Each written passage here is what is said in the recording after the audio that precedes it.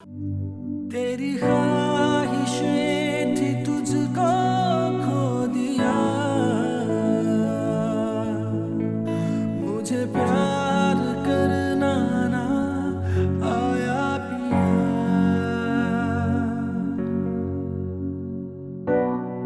अरे बेटा, अभी तक यहीं बैठी हुई हो, सोई नहीं है? इतनी बेइज्जती के बाद किसको नींद आनी? मेरी बेटी ने मुझे किसी के आगे मुंह दिखाने के काबिल नहीं छोड़ा। देखा नहीं था आपने शगुफ्ता आपा जो इतने मान से उसके लिए रिश्ता लेकर आई थी? कितनी बातें सुना गई मुझे, लेकिन वो गलत भी नहीं थी। ये सब मुझे हिरा की वजह से सुनना पड़ा। मैं तो ये सोच रही हूँ कि लोगों से नजरें कैसे मिलाऊंगी। बेटा, मुझे तो लगता है उस लड़के ने हमारी हिरा को वरगलाया है। जो भी हुआ और जिसने भी किया, हुआ तो गलत।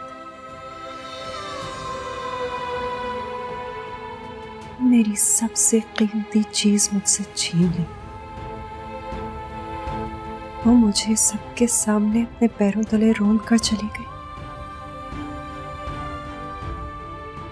ये मेरे लिए नाकाबिले बर्दाश्त है। बेटा, जो किस्मत में था वो तो हो गया, हमारे इख्तियार में क्या है। हमने तो उसे बचाने की, समझाने की बहुत कोशिश की, लेकिन उसकी समझ में नहीं आई। वक्त के साथ साथ उसे समझ आ जाएगा बेटा।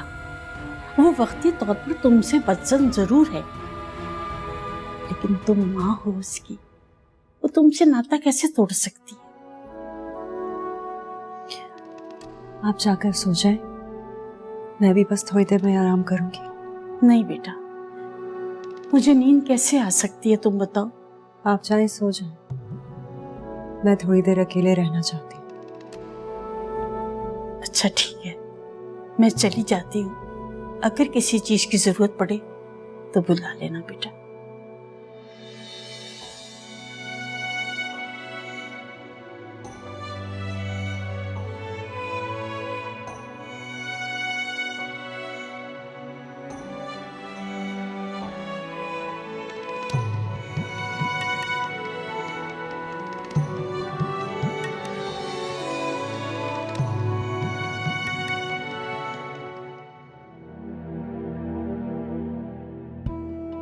हिरा, क्या हुआ? अब तक क्यों जाग रही हो तुम?